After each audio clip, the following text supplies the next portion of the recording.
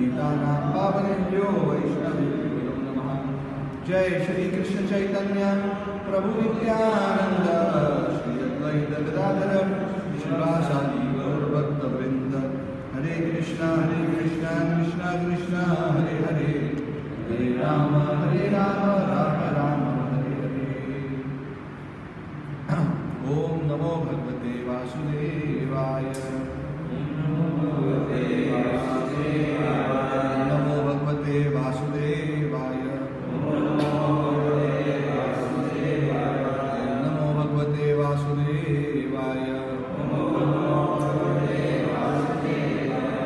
नारायणं नमस्कृत्य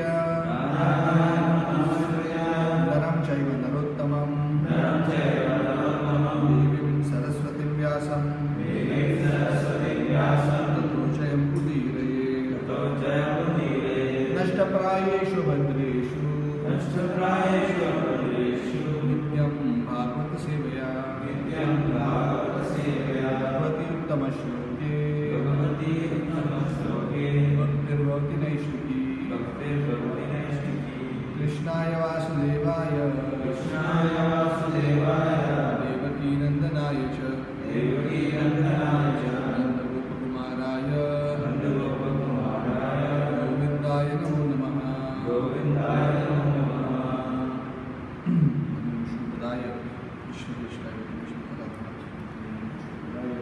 कृष्णपरिष्ठाय भूतले श्रीमती भक्तिवेदांत स्वामी नामिने नमस्ते सारस्वती देवे गौरवाणी प्रचारिणे विशेषण्यवादी पाश्चात्य देश।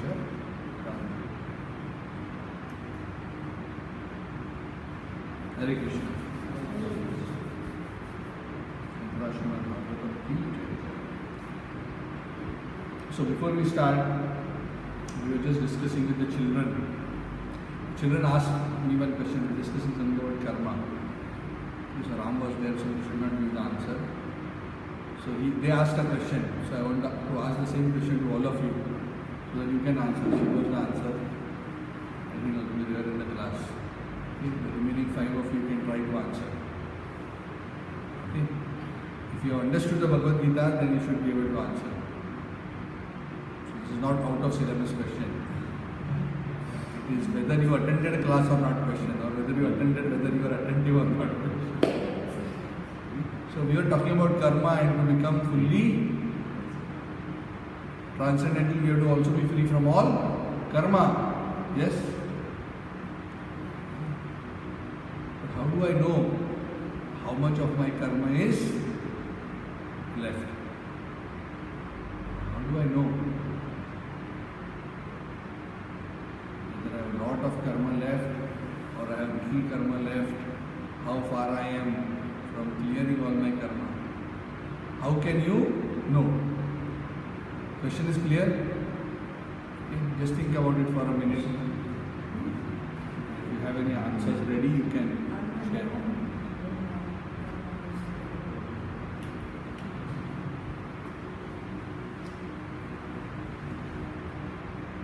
We started with the question, so they are all thinking of the answer. So we said only Meenalji knows the answer. So the question is that one of the things in spiritual life is we understand that we are free. To be free from the material world, we also have to be free from all our karma, both good and bad karma, correct? Yes? To transcend, to get even liberation, what to speak of going back to Godhead, even to get liberated, one's karmic account has to become zero. Yes? Correct, right? Yeah. So the question is, how do we know? If I ask you, how do you know what is your account balance? Right? Now we have apps, no, for everything. We can check our airtime balance, we can check our bank account balance. How do you check your karmic account balance? How do you know? Of course, you will not know an exact number. I am not asking that. But how will you get an idea of your account status?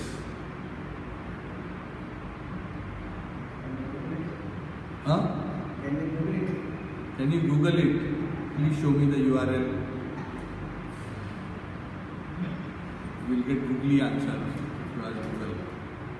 We started deploying journey of consciousness practically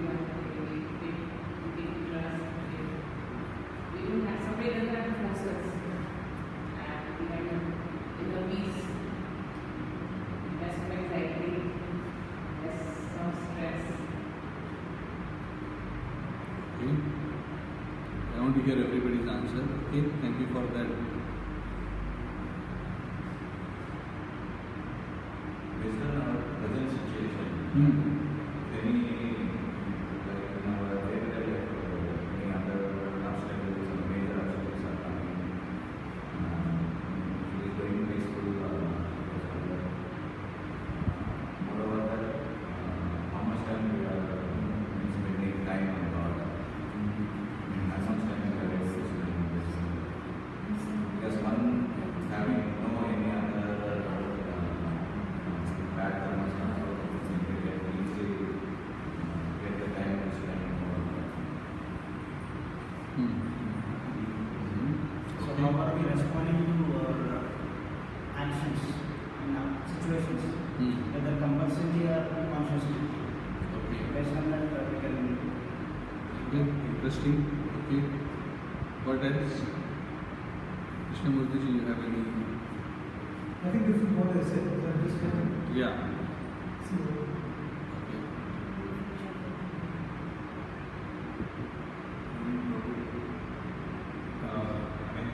If we introspect and see how much are we able to surrender to Lord Krishna, like the ultimate instruction,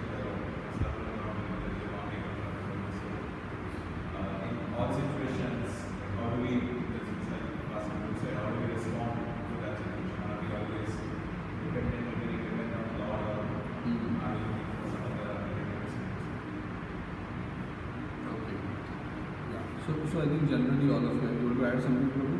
I was thinking that when we're able to see the Lord in ourselves and everywhere, so that's probably what we do. When we truly understand that we are part of Him as His. When there is not, that's what we say. Shyam?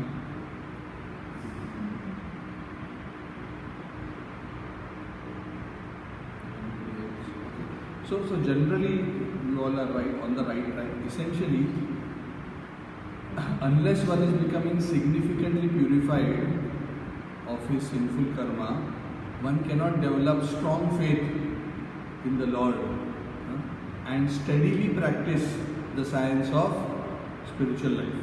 It is not possible. And that's not I am saying, Krishna himself has said. Yesham tu antagadam papam jananam punya karmanam te dvandva moham nirmukta bhajanti mam ananyava. Those who are steady in their worship of me, that means most of their sins are already destroyed. So that's an indication. Because it is not possible to find steadiness in spiritual practice unless a sufficient degree of purity has been achieved. Why? Because the impurities otherwise will be so much that they will not let you to practice steadily. So they will remain in the category of people who are interested but don't practice. I'm not even talking about those who are disinterested. Those are those who are fully immersed in karma. Okay. For every one student here, there are 9 other students who are interested to come to class every Saturday, but they never end up coming. For those who come here, they come taking and don't practice. That is second step. There is always progress. No? Hare Krishna. There is always a progress. Yeah, of course. In that sense, I have also not achieved full surrender, so I cannot also. But we are all progressing. But what we are saying is steadiness. What does steady practice mean? Even though one is not purified, one is practicing on a steady basis. The practice may not be exalted, but even to come for a steady practice, and steady for some can even mean every Saturday, at least coming every Saturday for Bhagavad Gita class. That can be the beginning of steadiness. Okay. Of course, proper steadiness in practice means every day you are doing your sadhana and following the principles. That is the actual standard. But even to come to the point of regularly associating with saintly people, satsanga, even that, to come to that stage, requires significant purification. So that's why I said, for every one person who comes, there will be 9 others who will say, I really wanted to come, and they are earnestly saying it, but they will not come. Why? Again, this is not meant as a criticism. This is just an education. Why? Because when the time comes, they will always find something else to do better, according to them better. Some excuse there. I have work to do. No.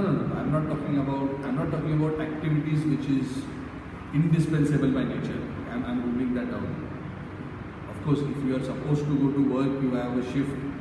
That's a different issue altogether. Yeah. Or you're out of the country. Obviously, we are not expecting them to fly on Saturday to come to class. I'm talking about situations where a choice has to be exercised, and it is up to us what we prioritize. Whether we prioritize our rest, whether we prioritize our social activities, whether we prioritize TV, whether we prioritize whatever else, our chat with our friends, whatever. So oftentimes what happens is, when the time comes, we realize, oh, I have this thing to do, this thing to do, this thing to do, and spiritual activity, when we prioritize it in our mind, goes at the bottom of the list. And then we say, oh, no, Prabhu, I really wanted to come, but I had 1, 2, 3 and 4. What does that effectively mean? Effectively it means that all other things you considered more important than this. It is not that they were indispensable. It was not that Prabhu had to breathe. It's not like that. Yeah. So a person who is serious, to become serious, what does a serious spiritual aspirant mean? Serious spiritual aspirant means he prioritizes his spiritual activities above other activities. Again, because we are in this world, let's say somebody of the family has an accident, somebody is sick, of course we have to prioritize that over the class. Okay? I'm not talking about those unusual emergency situations. That's a different thing altogether. Yeah? We cannot say, sorry, you have fallen on the road, but my Bhagavad Gita class is there. Sorry, I have to prioritize that because Prabhuji said like that. No, that's not. So we have to use some basic sense. Yeah? Emergencies we may have to tend to, but most of the cases that is not the problem. Most of the cases the problem is we are unable to prioritize. We keep God at the bottom of the list. Why? Because we are not serious or sincere. And why we are not serious or sincere? Because still there is too much of impurities in our heart. And those impurities in our heart will always give alternative suggestions to us. This is more important, that is more important, this is more important. Okay. I'll tell you one story about one student, just recently happened, who also very much wanted to come to class, but very rarely came to class. So there was a student, so he was moving out to another place. So he said, Prabhuji, I am leaving to another place. My job is taking me elsewhere. I said, okay, good, all the best. He said, Prabhuji, I need a help. My luggage has become excessive. Okay, so all the spiritual books that I have, I want to leave behind. Okay, and he gave me all the spiritual books and he took all the rest of his things. Of course, I didn't say anything to him. But the point is, I could clearly see what his priorities were. You don't have to tell me, I can see it. I mean, anybody can see, so that I have some special eyes to see. So, God came at the bottom.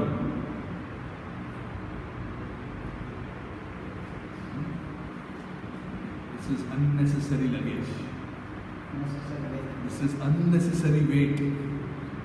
So it reveals one's.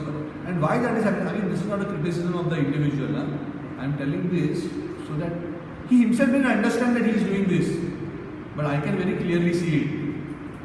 And that is showing the lack of spiritual evolution. That is showing that that person has not come to the point of being serious about spiritual life. Spiritual life for them is just another item in the buffet of material life. And once in a while, once in a while we feel like eating sev puri or pani puri. You feel sometimes? How many of you like sev puri? You like sev puri? You know what is sev puri? Okay, you are not initiated in sev puri. You like, no? Pani puri, golgappa? You are not social. So for some of us who are shaukin, including myself, of course we don't feel like eating every day. Once in a while, let us have sev puri. So for many people, or whatever you like, once in a while you suddenly feel like eating, not just eating, but you feel like eating something specific. होता है कि नहीं? आज पकोड़ा खाने का मन है. होता है, हमें सबको होता है, मुझे भी होता है. And nothing wrong with it. Nothing. I'm just giving an analogy. Okay? Yeah. Correct. Sometimes suddenly feel today I want to eat some sweet. Today I want to eat this. It's okay. Nothing wrong with it. But all I'm saying is I'm just giving this as an example. Some people take spiritual life like that. I see them after a long time, and then I said, "How come you are here today?" Because today I felt I have to.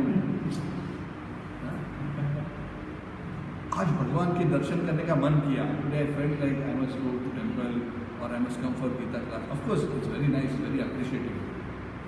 But this is like choosing one item in the menu. Today I feel like eating this. Why I'm telling this is showing, this is still appreciated because this is better than those who never come. Okay? So this is not a criticism. I'm just trying to show what we should work towards. We have to work towards steadiness. Yesham tu antaratam papam jananam punya karmanam. Steadiness means my highest priority is this. And for spiritual advancement, there is no higher priority than taking regular association of those who are serious about spiritual practice. That is very important because that nourishes the creeper of devotion, the small creeper we have. We don't have a tree yet. Small creeper is so small that we don't water it. Like a plant, you go on a holiday, you leave it in your home, you don't water it for 2-3 weeks. Yes, sometimes it is irrecoverably damaged. So that's why sometimes we'll give it to our neighbors or ask the maid to come and water. Correct? We'll do all kinds of things. Why? Because we know if you don't water it, it cannot sustain without the water. So similarly, our creeper of devotion is very small. We need to nourish it regularly in the association of devotees. Sadhana and satsanga and seva are nourishments for the soul. The 4 S are the nourishments. Sadhana, seva, siddhanta and sadachara. Siddhanta means study of spiritual philosophy. Okay? So reading books, association, sadhana actually includes all varieties of spiritual practice, rendering service, and sadachara. Sadachara means proper behavior, proper spiritual behavior. As simple as you see your spiritual teachers, you offer obeisance. Very simple sadachara. Okay? So you will say, what is so great about it? I'm just doing this. No. It is not about the ritual, it is an exercise in consciousness. You understand? Sadhana is an exercise in consciousness, like you go to gym. Somebody will say, what is this? You just move your hand like this, what will happen? But people who know the science, they know you are exercising a particular muscle and you are putting pressure on that muscle, you are applying force, by that the muscle grows. So all these practices of spiritual culture are actually exercises in the spiritual gym, exercises of the spiritual consciousness, which is training the consciousness to adopt a humble, surrendered mood in front of the Lord and the Lord's devotees, even though it may not always be pleasing to us. You understand? It's an exercise, and that exercise builds our spiritual muscle. So all these things are very important. They may appear trivial, but they are very important. So anyway, the point we are trying to make is, how do we know we are progressing? The more serious and steady we are becoming, we understand we are making advancement and our sins are. So that means any person who you see steadily practicing spiritual life, avoiding the gross sins, meat eating, intoxication, gambling, illicit sex, regularly chanting the holy names and following the principles, association and other principles on a regular basis, may not even be at a very high standard. Even this one on a regular basis. Here I mean regular as in every day. That is also a very big attainment. That is also a significant degree of purification. That is also very, very difficult to attain. Okay? So these are all indicators. Okay, so we'll move to chapter 4. Appearance of Narada. So this chapter is actually leading to some historical stories. Until now it was a conversation between, first 3 chapters is conversation between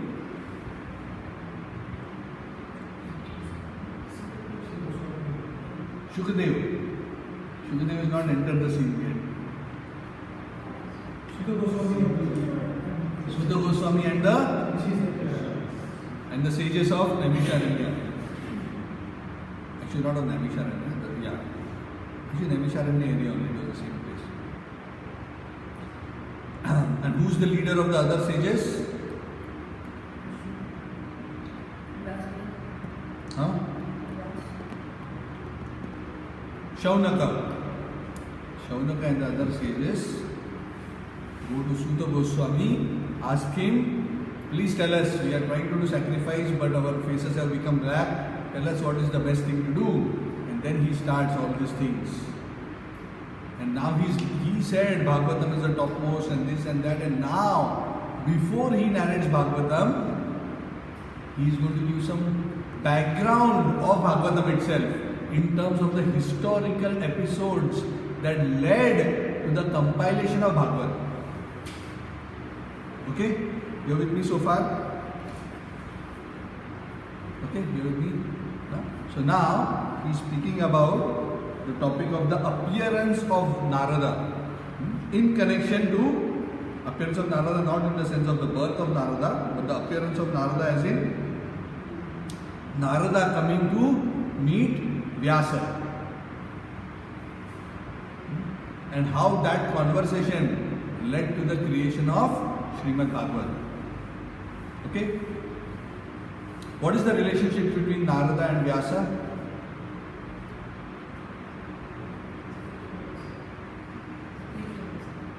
Who's spiritual master?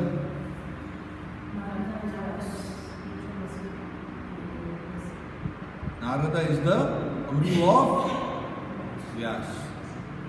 And who's Narada's guru? Who? Correct, no?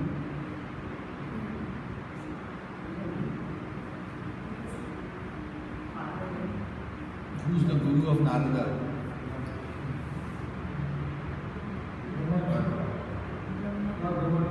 Yeah.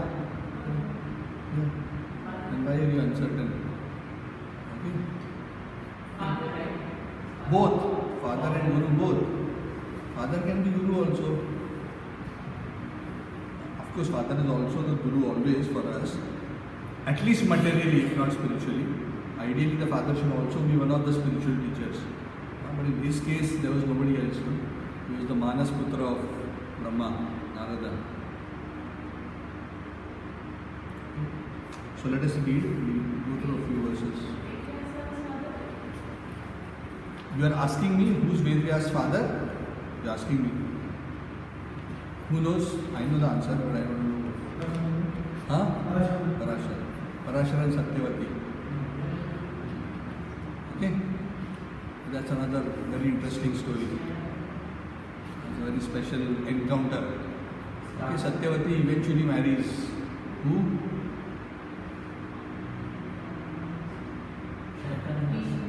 She's the mother, the stepmother of Bhishma. Okay, she marries Shantanu. Correct, no? Don't know. This is the gossip that you must be tracking. Yeah, Mahabharata starts from there. This is the gossip which will lead to purification. All other gossips. Okay, so, yeah. So Parashar Muni actually blessed Satyavati, who was the daughter of a fisherman,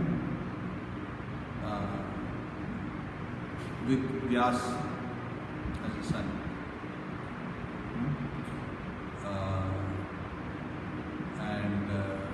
That is why how Vyasa is actually connected to the family also, in that indirect way. And she married Shantanu, and then the rest of the story we know. But that is actually the connection. And that is why Vyasa was very closely associated with the Kuru dynasty also. Yeah? Okay, anyway. So that is the background. So let us read. So this is first verse of the Bhagavad which Vyasadeva himself speaks. Vyasa Uvacha, chapter 4. Iti Brahmanam Sanstuya Muninam Dirghasatrinam Vriddha Kulapati Sutam Brihavrichaha Shaunako Bravi. On hearing Suta Goswami speak thus, Shaunaka Muni, who was the elderly learned leader of all the rishis, engaged in that prolonged sacrificial ceremony, congratulated Suta Goswami by addressing him as follows. Now all this while was their conversation. Now suddenly the conversation switches to Vyasa narrating. Now Vyasa is narrating what Suta and Shaunaka and the sages are speaking. Suta Suta Mahabhaga Vadano Vadatambara Tatham Bhagavatim Punyam Yadaha Bhagavan Shukaha. Shaunaka said, he asked, please tell me, O Suta Goswami, you are so great. You are the best amongst those who can speak and recite the scriptures. Please tell us about this message of the Bhagavad, which was spoken by this great sage, who is Shukadeva Goswami. Kasmin yuge pravrutte yam sthane vakena hetuna kuta sanchodita Krishna kritavan samhitam muni. When was this spoken? What time was it spoken? Why was this done? From where did Veda Vyas get the inspiration to compile this book? So they are asking this question to Suta Goswami.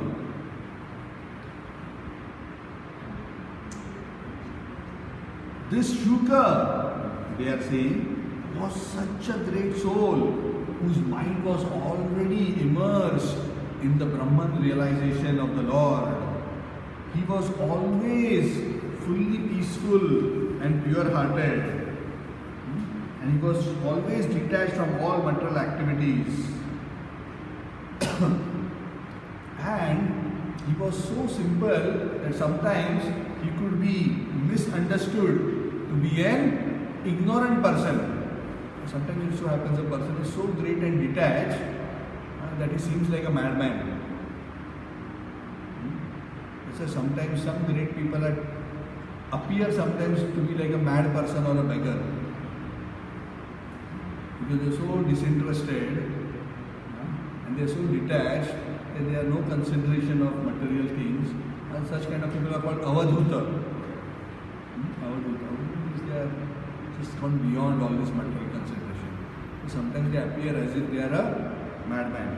And there are many such examples in the Bhagavad later about such great souls. Can you give me any example?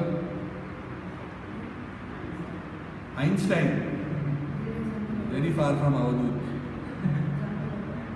Avadhut means a person who is so spiritually advanced and he is absent-minded about his material situation and circumstances.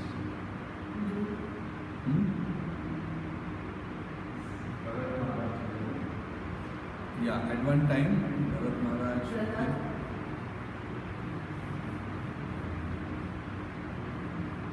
Not the best example. There's an Avadhuta Brahman, his story is explained in the Bhagavad.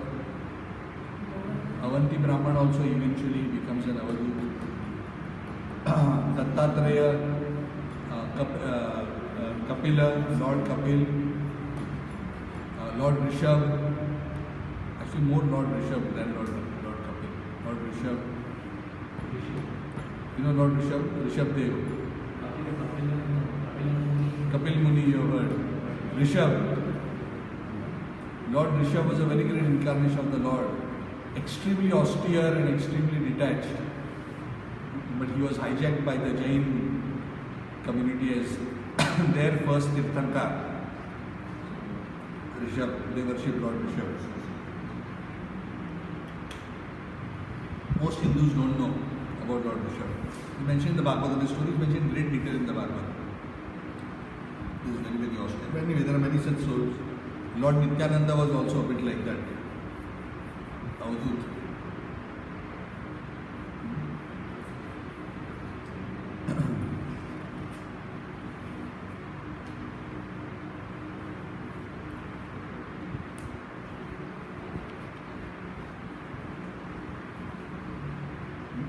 So they start asking questions about, so how is it that he was so austere and he was so renounced, suddenly where did he come into the scene? And when he came, and how did it happen that he came and spoke the Bhagavatam? Where is this Maharaj Parikshit? Shukdev was somewhere else as an Avadut roaming in the forest. How did he come into the town? How did he meet Shukdev? What happened? What was the conversation? How did all this come about that this message of the Bhagavad was spoken by Shuka to Parikshit? Yeah? So basically they are becoming curious and asking many questions.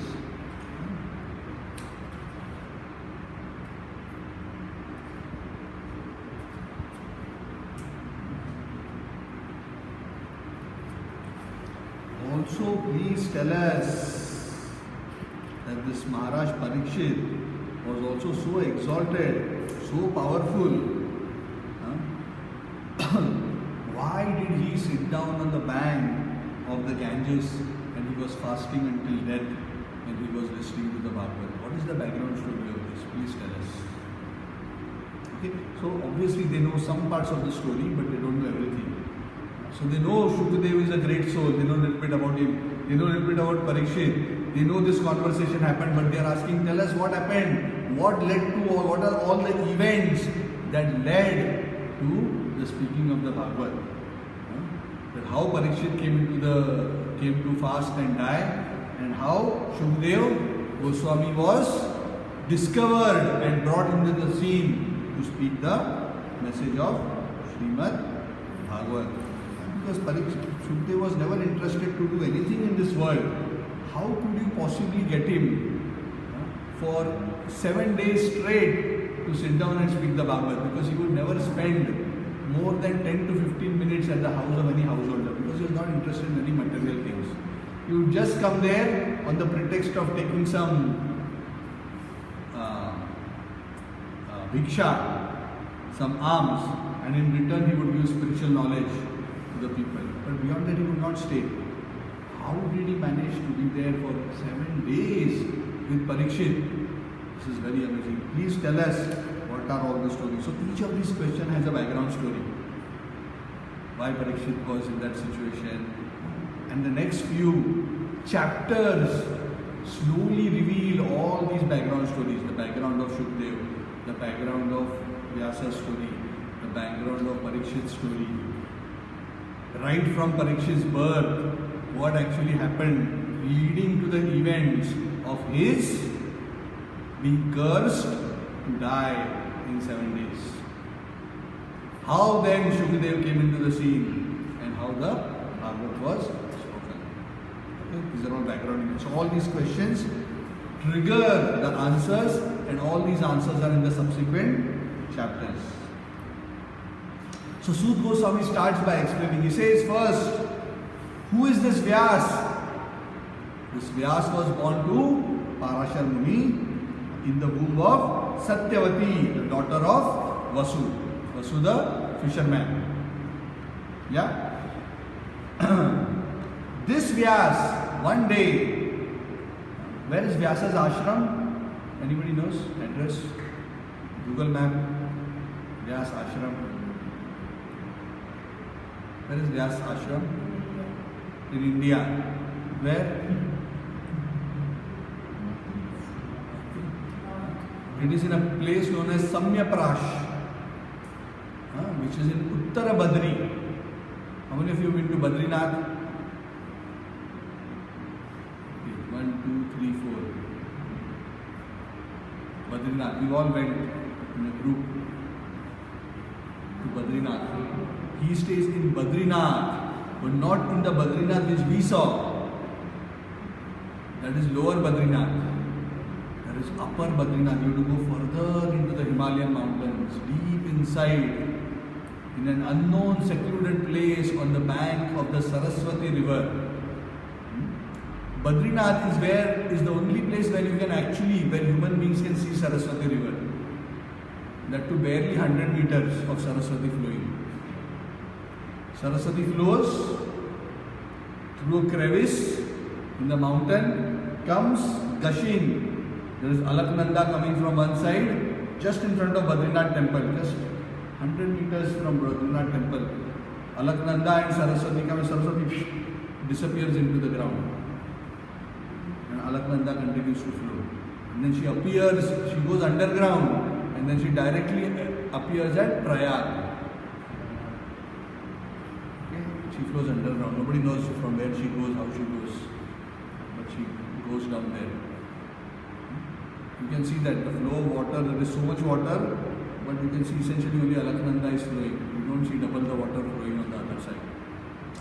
You barely see a few 100 meters of Saraswati. So we are fortunate we got to at least see Saraswati. Otherwise, for most people, Saraswati is disappeared. Yes, beyond that point she has disappeared. So if you trace the Saraswati further up towards the Himalayas, then somewhere along that way is a place known as Samya Prash, where Vyasadeva has his hermitage. It is said no human being now can go and visit that place. Through mystic power, it is invisible. One of the last persons who went there, because Vyasa is still staying, Vyasa is still in this world. He is also one of the Chiranjeevi, like Hanuman. Hanumanji, Ashwathama, Vyasaji, they are still around on the planet. So Vyasa is still there, and Madhvacharya, a few hundred years ago, Srimad Madhvacharya went and met him. He went into the Himalayas and met him. Walked along, went to Upper Badrinath. Very, very difficult, nobody can. And Vyasa gave darshan to Madhvacharya. He studied his commentary on the Bhagavad Gita, gave him his blessings and sent him back to preach the message of the Lord. So, this Vyasadeva, one day in his ashram of Samya Prash,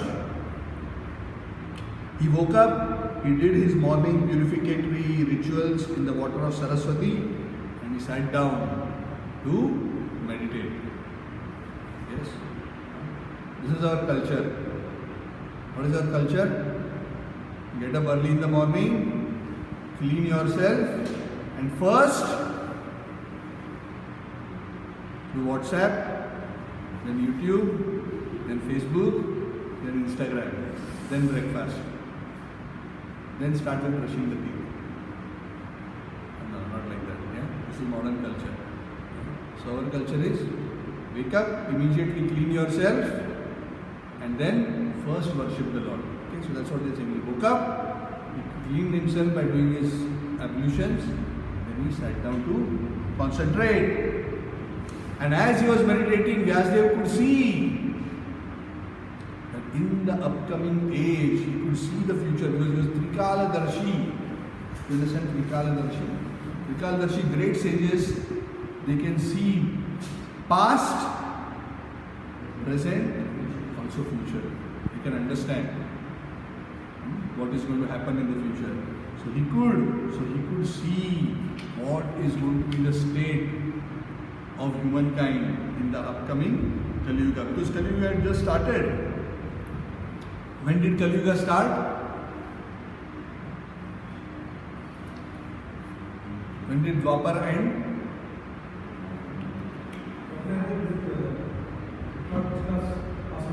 Yeah, Lord Krishna's departure from this world, Kali Yuga started.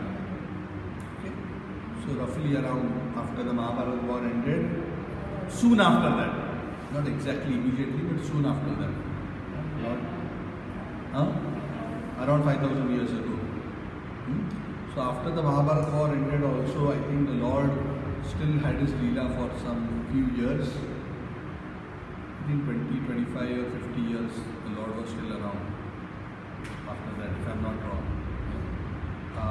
And then the Lord wound up his manifest pastimes. And Kali Yuga started, and he could see that how everything in this Kali Yuga is going to deteriorate. People are going to become unfortunate, not interested in spiritual life or interested in religion only just because they can get something material out of it or just to make a show of it. Just to make a show of it. Like one person, it's a true story. So one of our devotees, one of his friends, he opened a new office. And that office he had arranged for nice puja, yajna, home and everything. So he went to that place to attend the opening function, and then he said, he went to his friend and said, so many pujas and yajnas and all these things. I thought you were an atheist. Based on our previous conversation, why are you doing all this? He said, no, this is the social convention. It was there. So basically it was part of the show. So sometimes people do all this just as a part of the show. This is the custom, this is the tradition. So to make feel good. Okay? Feel good. So they have neither devotion nor faith, but it is a matter of show. So much of religion today in Kali Yuga is a matter of show.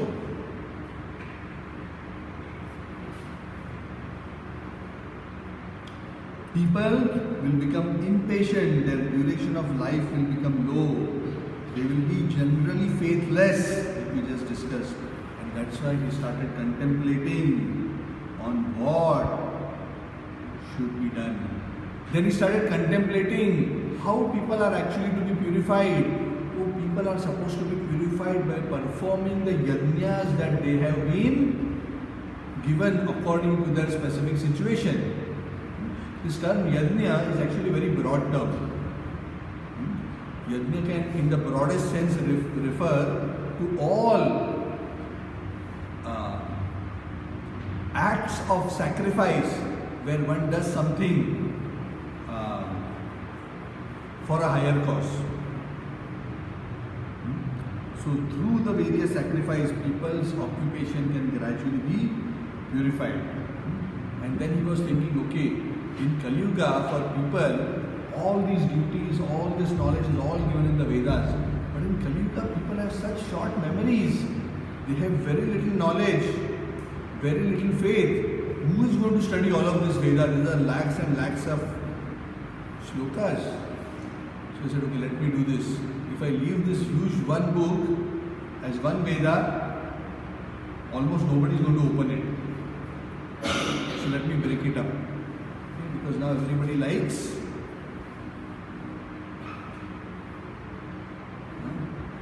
small until it is so small. We can see this in our whole lifetime. Correct? Yes? Now cricket match is going on, so I'll give you an example of cricket. Started with 5 days. Test match. And then people started to become very impatient. Nature of Kali Yuga is impatient. You want instant gratification. Then they came up with 1 day international.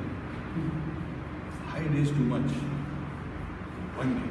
Let's settle the matter in 1 day. 50 overs, you play 50 overs, I play. It was 60 overs. Originally was 60, then it became 50. The history, yeah.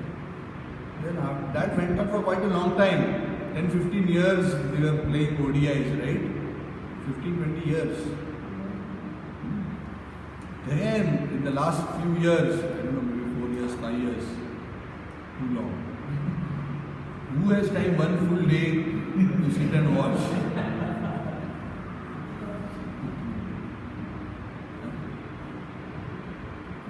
T20.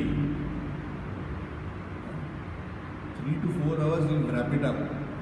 All you have to do is, all comes, just whack it.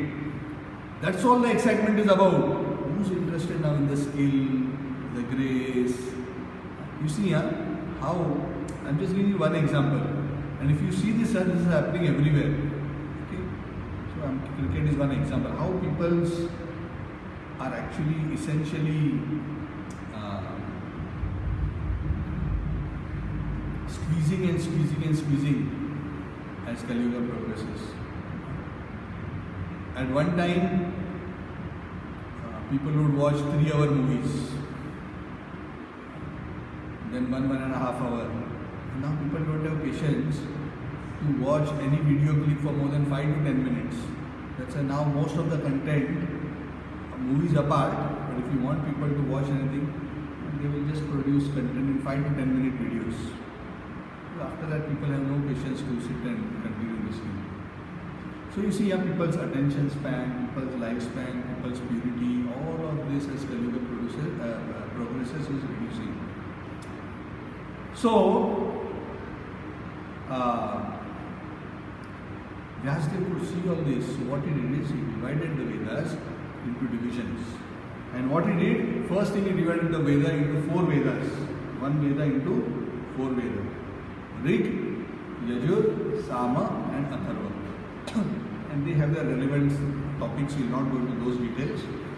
He gave each of those to one of the sages, his direct disciples. He said, you master Rigveda, you master Sama, Yajur, Atharva. And each Veda has its corresponding Upanishads. Each Veda has 4 parts. The Brahmanas, the Aranyakas, the Upanishads, and what is the 4th part?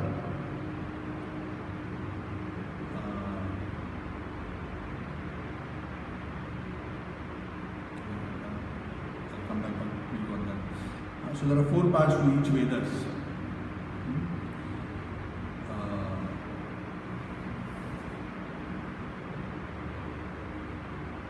The Samhitas. Okay. So first is the Samhita, then the Brahmanas. Samhitas are actually the various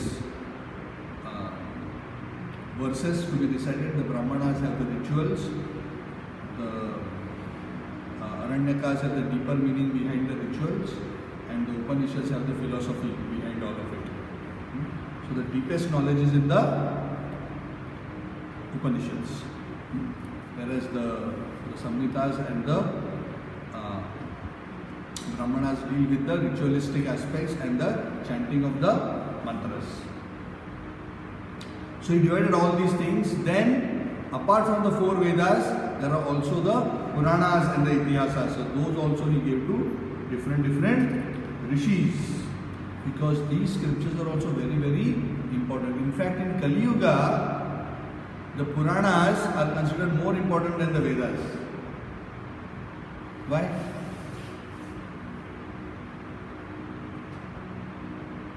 Why? What is contained in the Puranas? Stories. What kind of stories? Jack and Jill went up the hill. What kind of stories? The Puranas and the Itihasas, what kind of stories are included? Is it James Bond stories? Huh? Story of the Lord Huh? Yeah. Stories which explain the principles enunciated in the Vedas. Yes. I can mention a principle. Kali Yuga people very difficult to understand the principle. Kali Yuga you have to make one movie on one principle so that people can start understanding it. Let's say nowadays there are a lot of movies coming on various specific principle. Okay. I mean whether that principle is a spiritual principle or is a different thing. But what I'm saying is that when a principle is demonstrated through a story, it becomes easier to understand what that principle means and how to put that principle into our life. Correct? Ramayana is such a beautiful example of so many beautiful principles embodied by Lord Sri Ramchandra in his own divine Leela. Yes or not? That is why Ram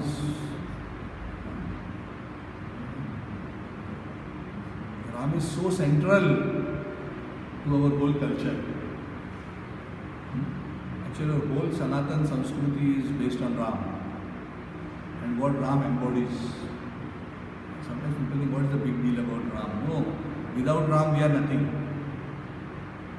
You understand? Our whole Sanatan Sanskriti, you may have Vedas and Vedic principles, but in Kali Yuga you need the Ramayana and the life of Ram to embody and understand what is our culture, what is our behavior, what is it that our whole Sanatan Sanskriti is represented by a live example, by an embodied example, that is Lord Ram. That's why Ayodhya is a big deal for us. It's not just a temple. Of course, there may be different people having different interests, but our interest is to establish Lord Ram's position. And finally we achieved. Okay. Ramchandra Bhagavan ki Jai. Okay. So it is wonderful. It is indicating good things. And one should understand, and politics aside, I am not saying this from a political perspective, even though I have a political opinion, but I am not expressing the political opinion here. But one should understand that when a nation puts these spiritual principles in front and does something like this, I can tell you for sure, the amount of blessings that will come on the nation by doing this we cannot imagine. It's not a small thing. It's not a small thing. People who do not understand the science of how these things work may just think, what is the big deal? No, it is a big deal. It is a big deal. Politics apart, it is a big deal. Ram must, if India as a nation has to rise both spiritually and materially, we must bring Ram in the center. Only when Ram is in the center, Ram Rajya will come into. Now people are talking about Ram Rajya. Okay. Even when political parties are criticizing each other, they are taking the example of Ram. Ram didn't lie, you are lying. How come you are representing Ram? They are giving this kind of stories. Now that Ram has come, now we should work for Ram Rajya. Everyone must be happy. What does Ram Rajya means? Everybody is taken care of. Yes, and that is our culture. We are not discriminatory. Yes. Even a dog could come to Lord Ramchandra's palace to complain. There is a story in Ramayana of a dog coming and complaining to Ram. And Lord Ram took the complaint very seriously. That's another story, not going to that. But the point is that the Puranas are very important. Especially in Kali Yuga, the Puranas are Itihasas. Mahabharata, Ramayana, especially in Kali Yuga, more than any other scriptures. And the Bhagavad is the king of all the Puranas. Of course, we briefly discussed earlier why Bhagavad is important, because it exclusively focuses on pure devotion to the Lord. That's why it is the topmost. So Mahabharata, Ramayana, SriMad Bhagavatam are extremely important.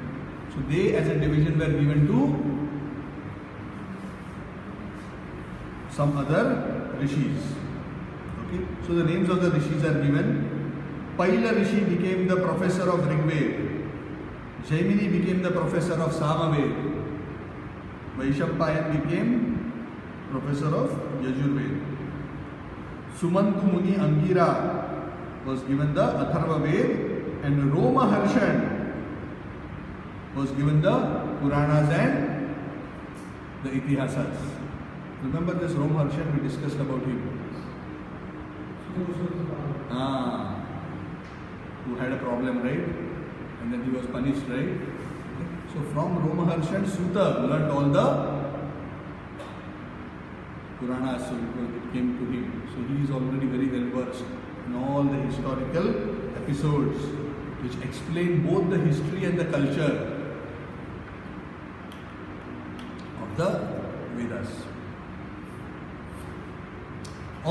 great sages in turn taught their students, and this is how even whatever knowledge is coming down now, it's coming down that form. But it's very fragmented. And it's very hard, it's so vast, it's very hard to put everything together. It's like a huge puzzle, the whole Vedas. You just take one sutta, one this, you will not be able to build the full picture, it's very difficult. That is why Krishna at the end of Dwapar Yuga towards the beginning of Kali Yuga, he came so kindly and first gave the Bhagavad Gita as a concise 700 shloka book. Isme sab hai. Just follow this, understand this. The whole framework of the Vedanta, all this knowledge is here. And then soon after, Krishna ensured that the Bhagavad is there. So all the essential pastimes across all the Puranas, which are actually of value to develop pure devotion to the Lord, are all put together in this one book.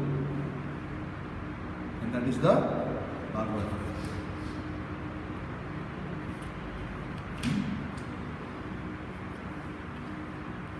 And generally people are also not very intellectual, so people like reading stories. Especially Mahabharata was created for that purpose. Openly Vyasadeva says that I created the Mahabharata to teach scripture to the lesser intelligent people. Because through this story, they will come to read Mahabharata. Why? Because Mahabharata has all the masala that anybody wants. Super masala movie. So many characters.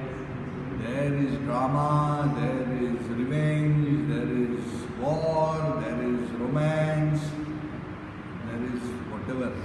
There is conspiracy, suspense.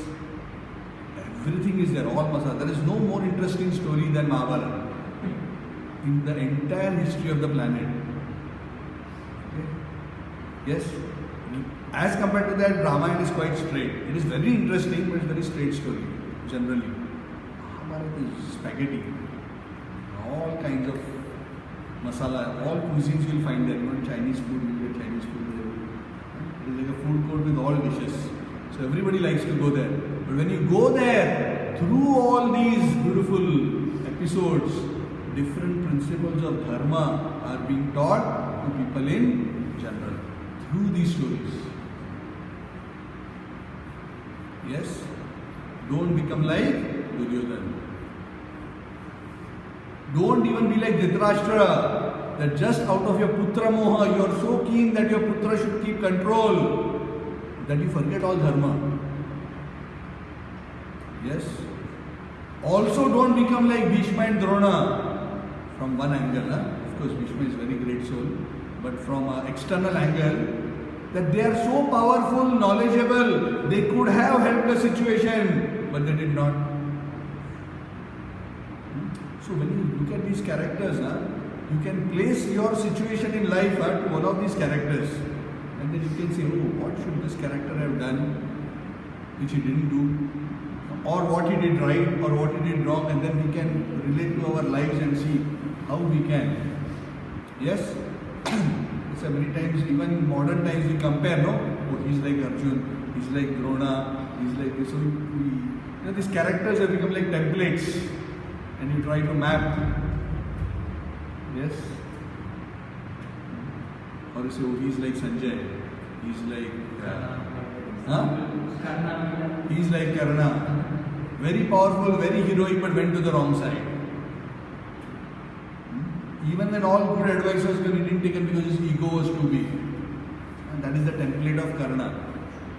So each of these have. What is Bhima's template? Bhima's template is righteous, powerful, mighty, but sometimes uncontrolled in his temperament. Yes? I'm giving Bhima's example. Righteous and very powerful, but needs the guidance of dharma. थोड़ा track पे रखने के लिए. Correct. Very good. He has known a lot of Mahabharata. Very good. Yeah? You should read Mahabharata. Mahabharata is very interesting. Or the example of Dharmaraj himself. Don't be so stuck to religion that religion becomes a religious principle or ritual or a rule becomes a stumbling block in the actual discharge of dharma. You understand? Sometimes you forget the spirit of the law, you are so caught up in the letter of the law. And that's another extreme. That template is also there in the Mahabharata. You understand? Right from the lowest to the highest, all templates are there. And the mastermind behind all of it, Lord Krishna, who's ever detached, who knows everything that is going on, the ultimate Sutradhar, he who pulls all the strings. And he pulls the strings without forcing anybody. He is there. So beautiful. So it's so easy for people to learn the principles of religion through the Mahabharata. It's very sweet. Mahabharata is so profound, so deep. There is practically no lesson which is not there. It's amazing. It's an ocean. So all we need in our culture, we need Ramayana, Mahabharata, Gita, SriMad Bhagavatam. In terms of the scriptural books, no need to go and read 100 Upanishads, no need to go and read the Vedas, no even need to go and read all the Puranas. These will give us what we need in Kali Yuga. Can I stop here? Okay. This is still background of the background. And now this is still telling about what Vyasa did, because this is leading to the episode of Vyasa being dissatisfied, then how he meets Narada, what is his conversation with Narada, how that conversation leads to a conclusion that I need to compile the Bhagavad. And then it goes into the background of the Bhagavad itself, then it goes to Parikshit, this, that, all those stories. So very beautiful. So next two chapters, this chapter and the next chapter, Narada's instructions on SriMad Bhagavatam is all about that. In fact, the next three chapters, up to chapter 6. Then the story switches to the background of Parikshit. On one side, there are three main personalities in the Bhagavad, right? Which leads to the creation of Bhagavad. Who are the three? Vyas, the author. So first Vyasa's story. What was his impetus to compile? Okay. After we know that is over the next three chapters. After that, the background of Parikshit. Because there is Shuka. Shuka's background will be one set of stories, and the other background will be Parikshit. Then how Shuka's background, Parikshit's background, and Vyasa, how they culminate in one place where Bhagavatam comes. Okay. So most of the first canto is this. You understand? And that is what the questions have been asked by the sages in the early part of this chapter, right? What happened to this Parikshit? Why was he fasting? Uska story batao, kya hua? And this Shukadeva was so renounced, he was going in forest. Why he suddenly came to meet Parikshit, and what is this whole episode? And what about this Vyas? Vyas suddenly, why he was so interested in the conversation between these two, and he compiled this scripture? Tell me all the background stories. Now this kind of gossip, this kind of curiosity is actually worth listening to. Why? Because there is deep spiritual lessons in the stories behind this. These are not just stories. This is not just like a movie story which just has